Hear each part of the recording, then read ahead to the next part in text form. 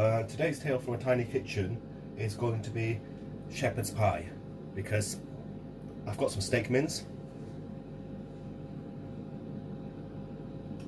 and I've got some mashed potato I made yesterday for something else, but made far too much mashed potato. Always, if you're making mashed potato, make too much. You can stick it in the fridge, it's good the next day. You can stick it in the freezer and it's good for the next, until you take it out of the freezer. And if you're frozen it, all you have to do to reheat it is to microwave it and then break it up a bit and microwave it a bit more, and probably takes about 2 or 3 minutes to fully microwave it, and it comes back to just as beautiful as it was before.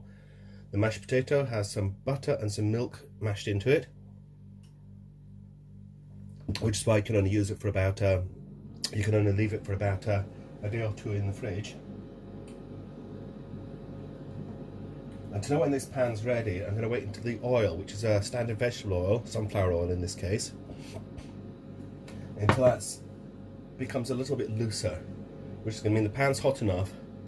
And the first thing I'm going to do is I'm going to saute some onions, which is a stupid word. What I'm actually going to do is I'm going to fry some onions until they become soft. I don't want them to become brown.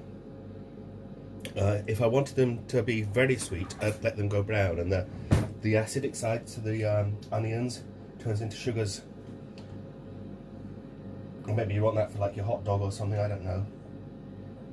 I'm not really an expert on hot dogs. Not really an expert on anything, I just kind of enjoy doing stuff.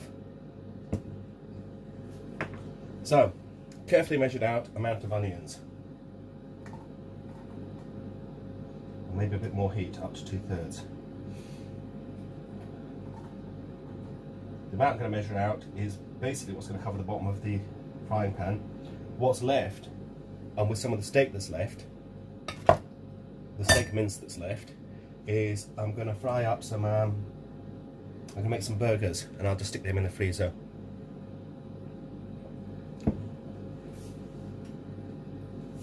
Right, impatience, not one of my skills, not one of my virtues, sorry. So, I'm going to go through the ingredients.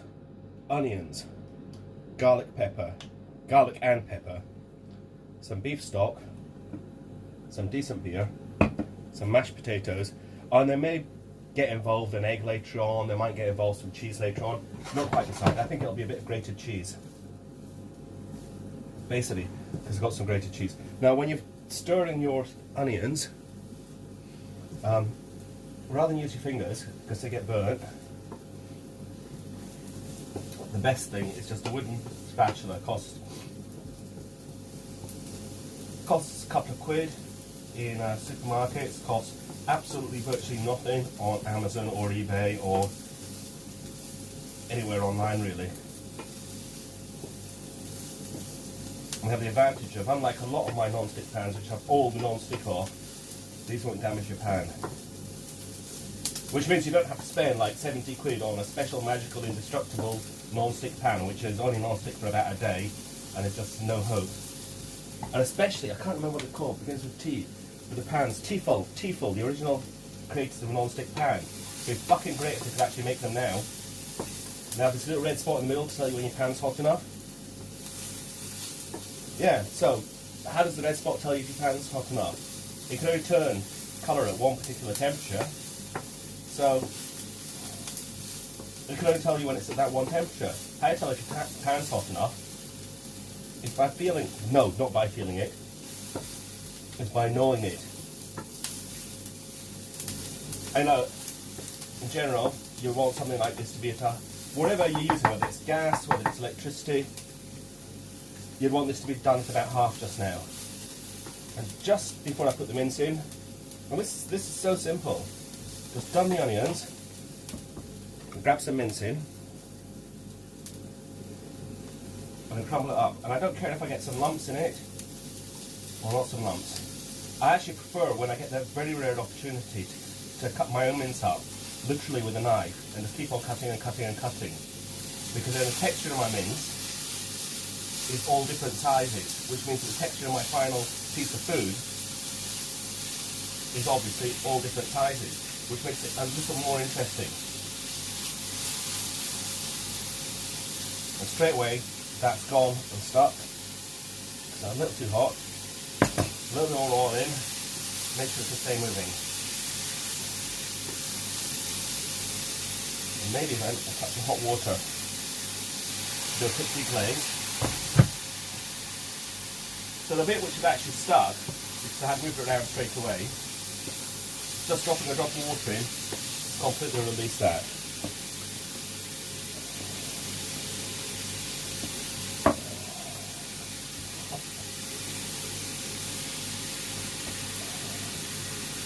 Now this is the time when you really need a cat or a dog, because what I've actually just done is I've just dropped some minced beef on the ground, which means that's going to go straight into the bin, and then I have to wash my hands again. If I had a cat or a dog, it would be gone in a second. I wouldn't even know it was on the ground, because it would have disappeared that quickly.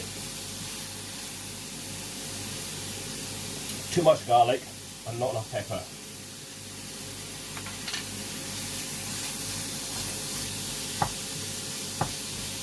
I'm not trying to get every grain separated. I want to still keep some texture. Things about food, flavour. Probably the least important, although it sounds like the most important, but you only have about 4 flavours.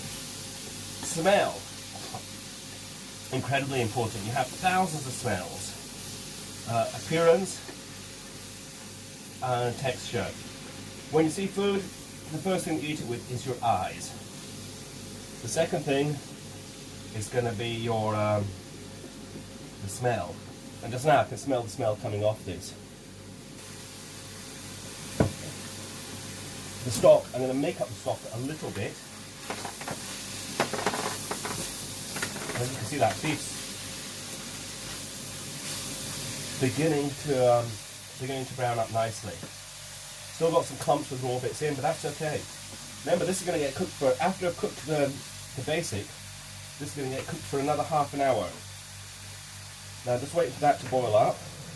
I'm breaking up a stock cube. I'm using a beef oxo stock cube for this. If you have preferences. I'm not putting any salt in this at all, because I think stock cubes have enough salt. And you know, afterwards when it's cooked, if it's not got enough salt in, I can sprinkle some fucking salt in. What I can never do is take the salt out.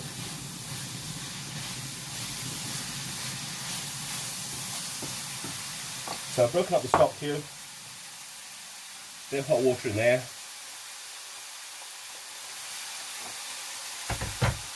Carefully stir it around with my stirrer, which I like to call hope and a prayer.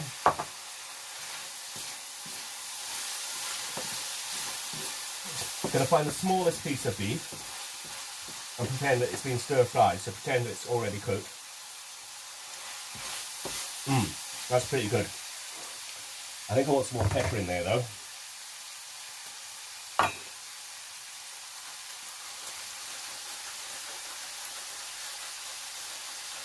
On holiday to Cyprus, Egypt, costs pennies, lasts forever.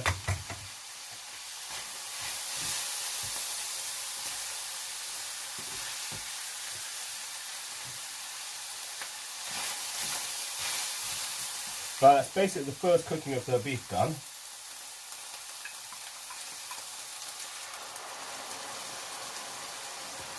And this is where it gets yummy. There's my stock in. I'm going to start the stock with a bit of Newcastle brown ale, because I like Newcastle brown ale. That means all the stock's in.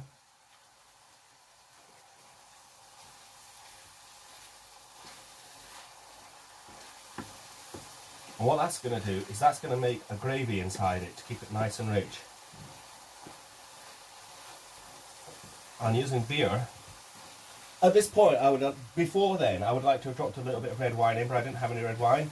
And I just mean a splash, because if you put red wine in, the red wine's a sticky. When it gets cooked, it becomes very, very sweet. And so for a perfect stock, splash of red wine to give it the red wine taste. But then you can use like really cheap table lager, stuff that costs nothing in supermarkets. That looks absolutely perfect now. I've got sauce formed. I'm going to put a bit more beer in to get a bit more of that beer flavour coming through.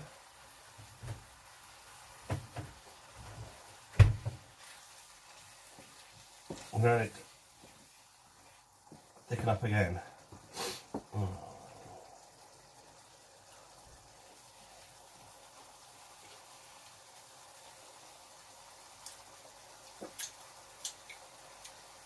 Oh yeah. First of all, you get the beef flavours, and get the sauce starting to push through.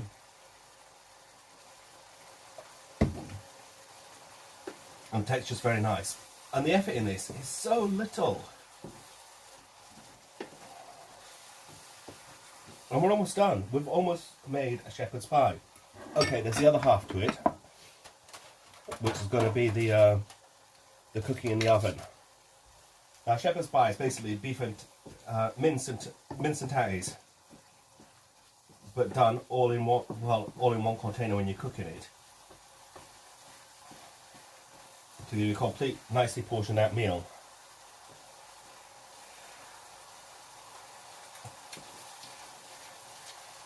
Now, people will say put a bit of cornstarch in, or corn flour, depending on which country you come from, to thicken up the sauce. The sauce is thickening all by itself. I don't have to worry about that in the slightest. If I did that, I'd probably get something which is more like, I don't know, some sort of horrible taste. Don't want to get too dry. Keep it moving. And grab a big spoon.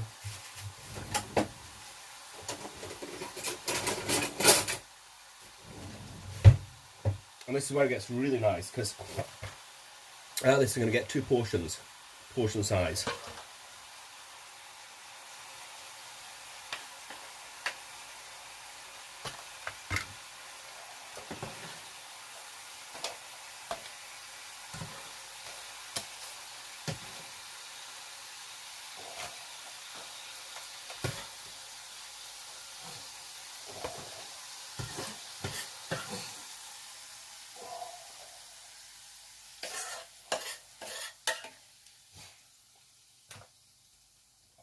Now, sorry, I can't show you this just now. Maybe I can I? I've got the back of the oven, the back of the cooker. I ditched that somewhere.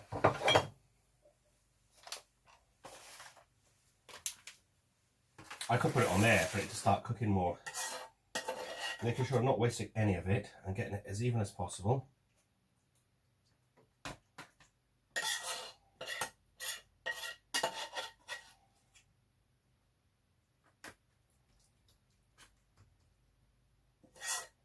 Now, I used to make these with a lot more mincing and a lot less potato. But with the richness of the flavour of the mince, it can support more potato. It's going to be a cheaper meal, and it's going to be just as nice and lovely. In fact, sometimes it's a bit frustrating that you don't have enough potato with it. So they've been levelled off now. All I have to do is cover them in. Now all I have to do is cover them in potato.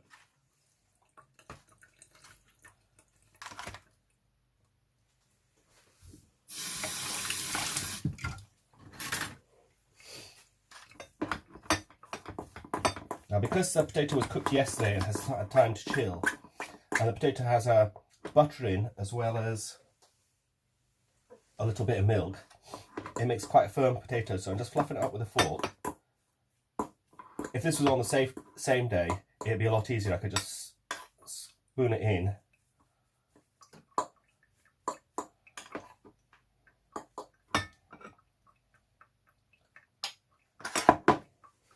And we complete them. No, we actually got that. Take the rest of the raw ingredients out of the way.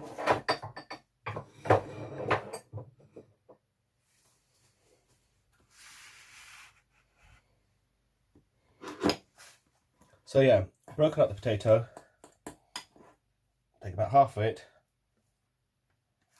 drop it in. I'm not going to spread this, I'm going to kind of flake it like you'd flake cheese on it. Oh, that's an idea, like you'd flake cheese on it. Don't forget that thought, Pete. Because what I don't want to do is, I don't want when I spread the potato out, it can break the layer of the mince. And I want there to be two completely separate layers when this is done. Oh, if the potato is really hot, if the mashed potato is really scalding hot, don't use your hands. And with any cooking, if you're using your hands, and I use my hands a lot in cooking, with any cooking, if you use your hands, make sure those paws are clean. I mean, you might not worry about it if you're just cooking for yourself, but you know, if you're cooking for anyone else, actually, you know, if you're cooking for yourself, keep your hands clean, because tomorrow's you might be a different you, and if you put a portion in the fridge for a day or two, you don't want anything growing on that.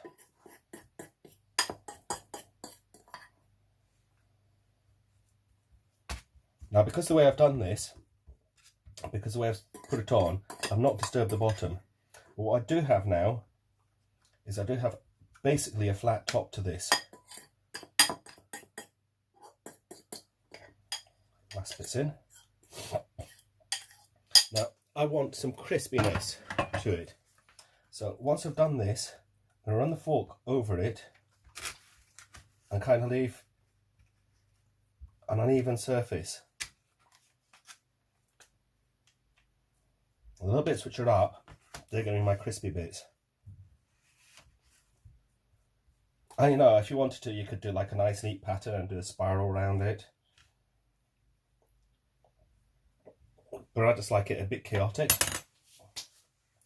Now at this point you can either put an egg glaze on it, or because I want some real comfort food,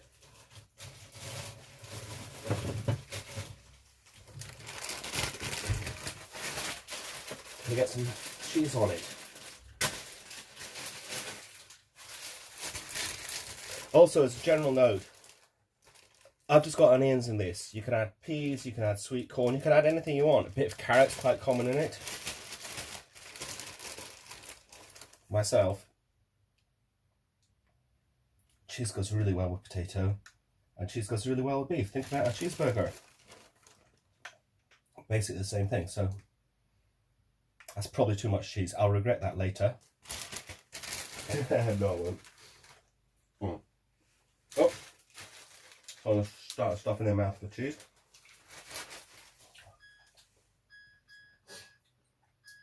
Oven on 180.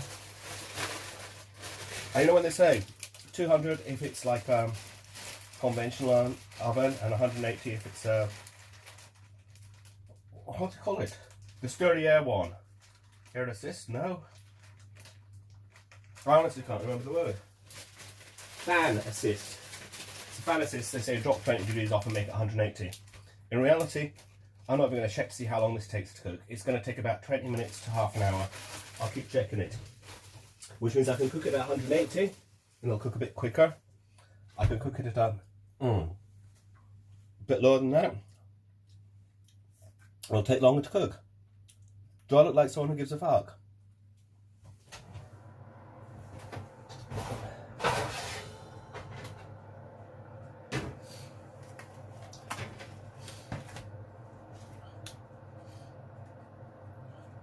And at this point, when I should be putting both in,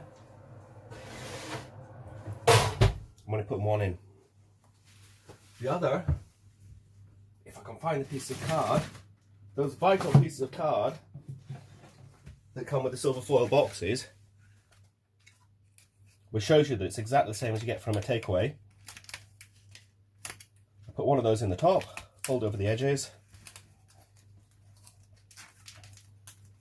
write in special invisible runes that only I can see that it's like a shepherd's pie. Cook that. All I have to do, defrost it. After it's defrosted, stick it in the microwave maybe, stick it in the oven. Not too fast, whichever one, but just make it hot again. But make sure it's fully defrosted before you recook it. That's going to go in the fridge just now. No, it's not. It's too hot to go in the fridge. It's going to stay there just now. Let itself get cooled down. Shepherd's pie. Yum. Picture of it when it's done.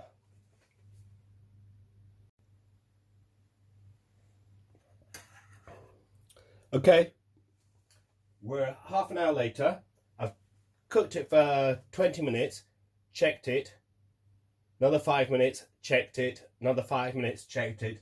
And now it's reveal time. And I think I should get something on the surface because it's going to be hot when it comes out of the oven. So I'll put something on the surface. The worst case scenario is if I burn the wood, I can take some sandpaper to it and it'll be fine. Now I'm going to find something to pull it out of the oven with.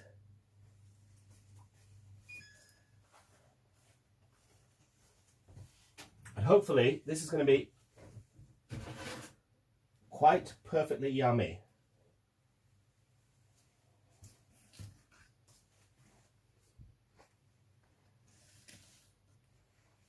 And that is an absolutely beautiful shepherd's pie. The next bit you're not going to get to see, because the next bit is when I yum this down. The cheese is given a nice crispy top. It's going to be a nice texture to it. Then I'm going to have the soft mashed potato, and I'm going to have the sauce, the meat filling.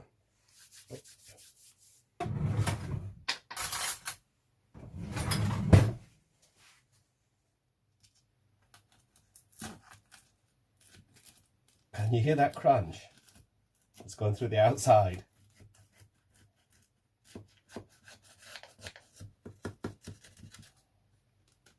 Now this is the sad bit. This is the bit which I really hate. I'm trying to get it out, and I'm trying to make it pretty.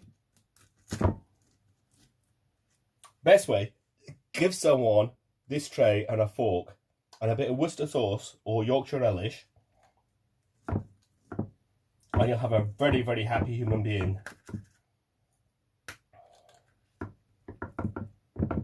Oh.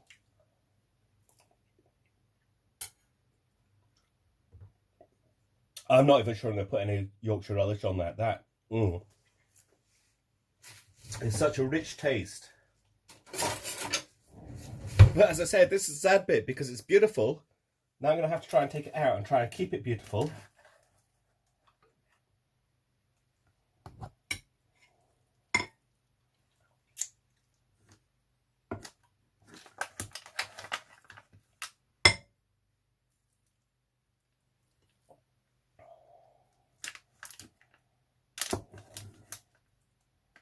Now I'm not that hungry, so I'm just going to have half of it just now. And then I'm going to have the other half just afterwards, because honestly that's really yummy. And I have another one of these in the freezer, which I just need to heat up at some point. Cooker's all turned off. Food's there. Oh gosh.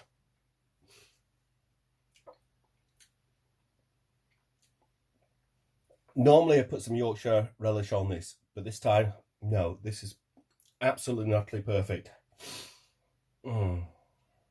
Right, really have to close the video down now because I have to eat this. This has to go into my tummy and make me a happy person.